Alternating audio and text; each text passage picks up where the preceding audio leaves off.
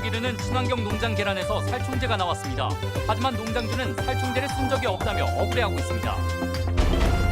전주의 한 아파트 주민들이 수년간 오염된 물을 마셔온 것으로 드러났습니다. 청소업체가 서류까지 조작했지만 아무도 알지 못했습니다. 가을을 앞두고 도내에 많은 비가 내렸습니다. 무더위는 주춤했지만 땅이 꺼지고 지하 차도가 잠기는 등 피해도 잇따랐습니다. 여러분 안녕하십니까? 전북권 뉴스입니다. 도내에서도 뒤늦게 살충제 달걀이 발견됐죠. 그런데 뽕나무밭에 닭을 놓아 기르는 친환경 농장에서 그 파장은 물론 논란이 적지 않습니다. 친환경마저 믿지 못하게 된 현실에 농장주는 살충제를 쓴 적이 없다고 주장합니다. 유룡 기자입니다. 김제 축산의 한 양계농가. 닭이 뽕나무밭을 유유히 거닐며 먹이를 찾습니다. 나무 위로 뛰어올라 열매를 쪼아 먹을 만큼 건강하지만 최근 살충제 조사에서 날벼락을 맞았습니다. 미치겠어요 지금. 밤새도록 전화가 와요. 해명 문자를 보냈는데 보내다가도 전화 오면 문자 또 지워주고 다시 보내고. 채소나 과수를 갉아먹는 벌레를 죽이는 살충제 플루페녹스론이 검출됐기 때문 1kg당 0.008mg의 미량이지만 택배로 계란을 받던 소비자에게 환수 조치가 내려졌고 남은 계란도 전량 폐기 처분됐습니다. 농장주는 살충제는 뿌려본 일도 없다며 억울함을 호소합니다. 이쪽 오디밭이라 직접 바로 따먹기는 농약을 안 해요. 그때 어디 가도 풀이 없잖아요. 얘네들이 다 있기 때문에 풀약을 칠 이유도 없고 살충제 할 이유도 없고. 또 우유는 0.01mg, 과일과 채소는 1mg까지 잔류를 허용한다며 형평성에도 의문을 제기합니다. 하지만 축산당국은 미량이지만 계란에서는 나와서는 안 되는 농약이 검출된 만큼 고발 조치가 불가피하다는 입장입니다. 그러나 현행 조사 방식과 허용 기준에 문제가 있다는 점도 인정합니다. 귤은 1mg, 그다음에 고추는 1mg 이렇게 해서 30개 품목은 농산물 30개 품목은 허용치가 설정이 되어 있습니다. 논밭에 살포된 살충제가 흘러들거나 사료로 쓴 벼가 문제일 가능성도 충분해 기준 없는 조사가 혼란을 더 키우는 것 아니냐는 지적도 제기됩니다. MBC 뉴스 유룡입니다. 400가구가 넘는 전주의 한 아파트 주민들이 3년 넘게 오염된 물을 마셔왔습니다. 청소업체는 물탱크를 청소한 것처럼 서류를 허위로 꾸미고 관리 주체인 전주시마저 속아 넘어가 주민들만 속절없이 당했습니다. 박연선 기자입니다. 전주 평화동의 한 아파트 단지. 주민 식수로 쓰는 물탱크에서 녹물이 폭포처럼 쏟아집니다. 물탱크 안은 새까만 때가 가득하고 침전물은 웬만한 생활하수보다 더럽습니다. 3년 전 부임한 관리소장의 묵인 속에 청소업체가 수년간 청소를 하지 않은 탓입니다. 물을 보고 먹을 수 없을 정도로 그래서 우리가 이 물을 먹고 이렇게 있었구나. 그리고 괜히 이제 마음도 아프고 몸도 아프고. 아파트 청소를 맡은 환경업체 보고서입니다. 실제와 달리 청소를 한 것처럼 서류를 조작해 회당 50만 원가량의 돈을 꿀꺽했습니다. 대학생들 이제 알바를 써가지고 이렇게 호리호리한 사람들 써고 그랬었거든요. 그래가지고 묵상은 할 수 있었어요. 근데 이게 물탱크 청소가 힘들어가지고 자꾸 사람이 바뀌어요. 더 큰 문제는 허위 작성한 보고서들이 맑은 물 사업소까지 통과했다는 점입니다. 청소 사진은 수년 전 것을 붙여넣은 조악한 수준이지만 단 한 번도 적발되지 않았습니다. 제가 관리하는 그 청소 대상 업주물이 900여 곳이고요. 청소 결과서를 가져다 주면은 작년 거하고 비교해서 볼 수 있는 상황은 솔직히 좀 어려워요. 관리소와 청소업체가 입을 맞출 경우 어떤 아파트라도 충분히 일어날 수 있는 상황이어서 공동주택 물관리 전반에 점검이 요구되고 있습니다. MBC 뉴스 박연선입니다.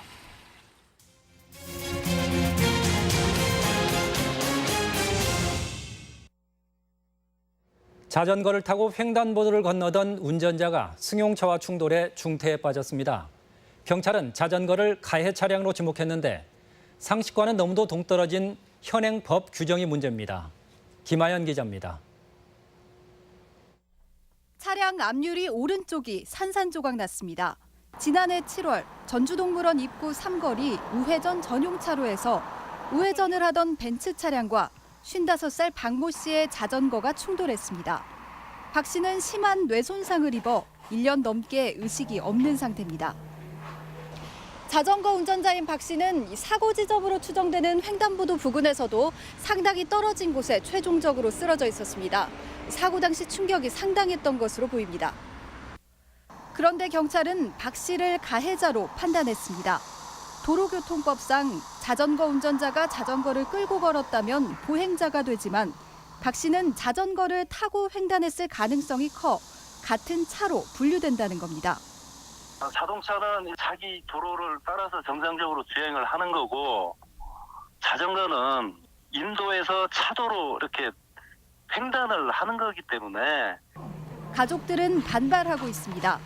박 씨만 중태에 빠진 상황에서 승용차와 자전거를 같은 차량으로 보는 건 무리가 있는 데다 상대 차가 우회전 전용차로에서 서행 의무도 지키지 않았다는 겁니다. 한 두세 달이 지난 후에야 사고 결과를 보니까 저희가 피해자가 아닌 가해자가 되었고 또한 2차량이 아닌 1차량이 되어서 너무나 실망스러웠고 가족들의 이의 제기로 검찰이 재수사에 나선 가운데 비슷한 사고가 잦은데도 경찰의 법 적용이 현실과 다소 동떨어져 있어 개선의 목소리가 나오고 있습니다. MBC 뉴스 김아연입니다. 가을 문턱에서 도내에도 오늘까지 많은 곳은 100mm가 넘는 비가 쏟아졌습니다. 천둥과 번개를 동반한 집중호우에 비 피해가 잇따랐고 추가 피해도 우려됩니다. 한범수 기자의 보도입니다. 새벽에 쏟아진 비로 시내 지하차도가 물바다로 변했습니다. 시간당 30mm에 가까운 비가 내리면서 순식간에 사람 무릎 높이만큼 물이 차올랐는데 배수 작업이 지연돼 2시간가량 차량 운행이 전면 통제됐습니다. 배전 설비로 전력 공급이 되는 부분에 문제가 있어서 배수 펌프가 잠시 가동이 안 됐던 것 같고요. 전력 공급을 보수해서 바로 조치 완료했고요. 예상치 못한 집중호우로 익산의 상수도관 매립 현장에선 지름 1.5m, 깊이 30cm의 땅꺼짐 현상이 발생했습니다. 공사로 지반이 약해진 상태에서 많은 양의 빗물이 스며들어 사고가 난 것으로 추정됩니다. 간밤에 폭우로 땅꺼짐이 발생되어 약 30분간 차량을 통제하고 복구 작업을 진행하여 현재는 통행에 지장이 없습니다. 호우가 지속된 시간이 짧아 작물 피해는 없었지만 요즘같이 수확기를 앞둔 시기에는 잦은 비가 병해충 발생의 원인이 될 수 있습니다. 이제 곧 수확되는 조생종 복숭아라든가 포도라든가 수박이라든가 당도가 좀 떨어지고 과일이 좀 무를 수 있죠. 가을에 문턱에 내린 이번 비로 심술궂던 더위는 기세가 확 꺾였습니다. 이틀간 비는 내장산에 200mm가량 내려 정읍에 호우주의보가 발효됐으며 고창과 익산에서도 100mm에 가까운 강우량을 기록했습니다. 덕분에 한낮 수은주는 대부분 지역에서 30도 아래로 떨어져 선선한 날씨를 보였습니다. 기상청은 내일 오후까지 최대 50mm의 비가 더 오겠고 기온도 더 내려가겠다고 내다봤습니다. MBC 뉴스 한범수입니다. 전라북도에 따르면 정부가 도입을 검토하고 있는 1인당 10만 원의 아동수당이 0세에서 5세까지 도내 아동 8만 7천여 명 기준 연간 1,500억 원에 이를 것으로 추산하고 있습니다. 전라북도는 아동수당의 국비 지원율을 늘리도록 건의하고 지방자치단체 재정을 감안해 현금 대신 지역상품권 지급 등을 고려할 방침입니다. 전라북도 교육청은 올해 초등교원 선발 인원이 52명에 그쳐 임용 대란이 우려되면서 해결 방안으로 학습 부진화를 위한 별도의 교사 정원과 교과 전담 교사를 1, 2학년까지 확대 배치해 줄 것을 교육부에 요구했습니다. 교육청의 추가 요구 정원은 800여 명으로 실현 가능성은 높지 않은 상황입니다. 전주시의 로컬 푸드인 전주푸드가 출범 2년 만에 좌초될 위기를 맞았습니다. 다른 시군의 성공 사례를 모방한 건데 준비는 부족했고 운영도 서툴렀습니다. 이경희 기자가 취재했습니다. 전주 효자동에 있는 전주푸드 매장입니다. 비슷한 시각 인근의 완주 로컬푸드 매장과 비교하면 눈에 띄게 한산합니다. 매장도 넓고 좀 여러 가지 종류가 많은 것 같아요. 뭐 마른 것도 그러고 저 지금 온나물을 사가는데 이런 종류 같은 것도 훨씬 많아요, 거기보다. 지난 2015년 전주 송천점을 시작으로 효자점과 종합경기장까지 직매장을 3곳으로 늘린 전주푸드. 농민들은 물류 비용을 줄이고 소비자는 신선한 제품을 싸게 살 수 있는 직거래 장터로서 큰 기대를 모았습니다. 하지만 송천점을 뺀 나머지 2곳은 매출이 많지 않고 아무리 공공성이 중요한 사업이라지만 투입 대비 성과가 적은 편입니다. 이런 이유 때문인지 최근엔 센터장과 주무 담당이 잇따라 사직서를 제출했습니다. 사업이 잘 되는가 불투명하고 또 일단 직매장 같은 데 낼 때 장사가 잘 돼야 되는데 안 되니까 실책도 있고 다른 데서. 전주시는 효자점과 동물원에 있는 레스토랑을 철수할 계획까지 세우고 있는 등 사업이 초기부터 휘청이고 있습니다. 농가 조직화와 직매장 확장을 동시에 진행하면서 내실을 다지지 못했다는 평가입니다. 푸드 플랜이 꼭 전주에 성공을 시켜야 되겠다라고 하는 그런 책임감을 갖기 위해서는 그러한 교육과 소통이 굉장히 중요했던 거죠. 근데 그런 게 전혀 안 이루어졌습니다. 전주시는 하반기부터 공공급식을 통해 활로를 찾겠다는 방안이지만 소비자와 직접 거래가 이루어지는 직매장을 어떻게 유지해 나갈지 고민이 필요해 보입니다. MBC 뉴스 이경입니다. 탄소산업 육성을 총괄할 진흥원 설립이 구체화합니다. 바른정당 정운천 의원이 대표 발의하고 도내 국회의원 등 17명이 서명한 탄소소재법 개정안이 다음 달 국회 상임위원회에 상정될 예정입니다. 이번 개정안은 정부 차원의 컨트롤 타워가 필요하다는 그간의 지적에 따라 탄소산업 경쟁력 확보를 위한 것으로 진흥원 설립의 근거가 될 전망입니다. 간추린 뉴스입니다. 사드 배치 반대 전북위원회는 오늘 도청에서 기자회견을 열어 을지 프리덤 가디언 훈련이 북한을 자극해 정세 불안을 초래할 수 있다며 중단을 요구했습니다. 또 대북 경제 제재와 무력 시위로는 북핵 개발을 막는 데 한계가 있다며 평화회담에 나설 것을 주문했습니다. 전라북도는 농산물 최저가격 보장제 대상인 가을 무와 가을 배추의 신청 접수를 다음 달 22일까지 받는다고 밝혔습니다.